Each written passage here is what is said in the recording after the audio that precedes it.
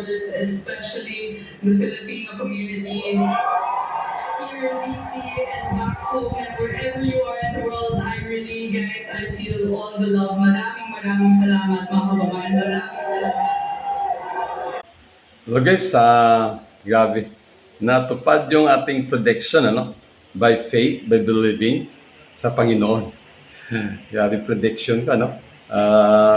Ang Panginoon nag-guide sa akin sa pagpanalangin na matutupad ang mga prediction ni Papa Lips. So, tingnan nyo, ang prediction ko, no, sa comment ko dyan sa kay Coach Dan, sa kanila, yan sa likod, Coach Dan. Yan ang pinanood ko palagi pag may laro si Ayala. Tingnan nyo rin yan kasi Filipino heart yan eh. Talagang Pilipinas yung kino-comment nila pag may laro si Ayala. No? Okay, so that's my prediction. Itingnan nyo, watch out my prediction and that is God's will, ano? Na ang prediction na yan ay merong faith, merong believing na matutupad yan. And tingnan nyo, ipapakita ko sa inyo yung aking mga prediction dyan sa kay Coach Dan. Okay?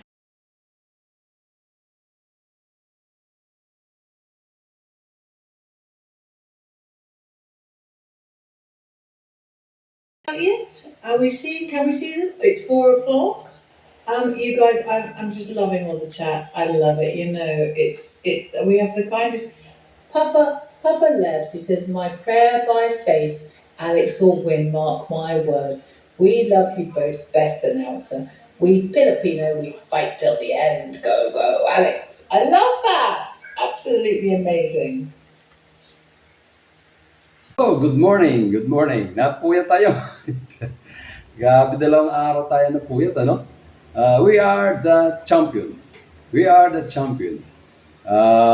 Matindi itong laban to sa nangyayari sa buong mundo sa tennis, ano? Na isang Pilipina na-commit yung champion sa buong mundo. Tinataob yung mga legit, ano? Mga top 10. Mga veterano to yung kalaban ni Alex, hindi basta-basta to. Ang binigay sa kanya talagang matinding pagsubok to. Veterans to mga kalaban. Ngunit we are very proud of Yala. No? Yala bring glory to the Philippines. Proud to be a Filipino. And grabe to. We are thankful to God na ang ating mga panalangin ay sinagot na by faith, by grace, na believe on the Lord sa pagpanalo ni Ayala. Marami na nalangin to eh.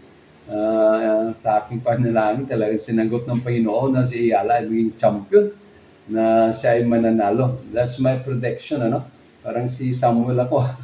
O hindi pa tapos yung laro, yung predict ko na maging champion siya.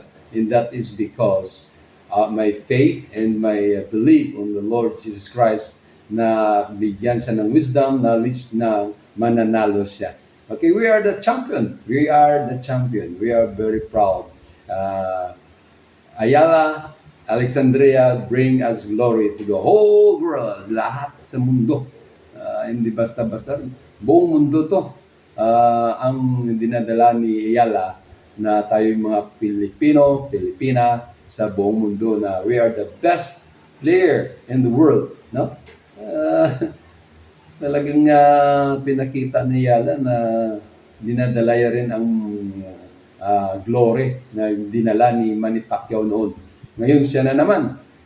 Siya na naman ang nagbibigay ng papuri sa Pilipinas. Thank you very much and matutulog muna tayo. Dalawang araw tayong puyat eh. We are the champion.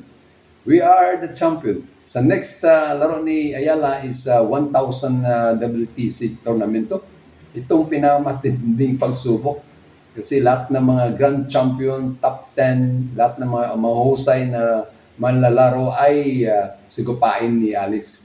But I still have faith, believing in God na siya ay mananalo ulit dito sa Toronto tournament. Ayan, si Sabalanca nang hindi pa naharap, lahat natumba na. No? Si Sabalanca, gusto ko itong laban na to sa Toronto.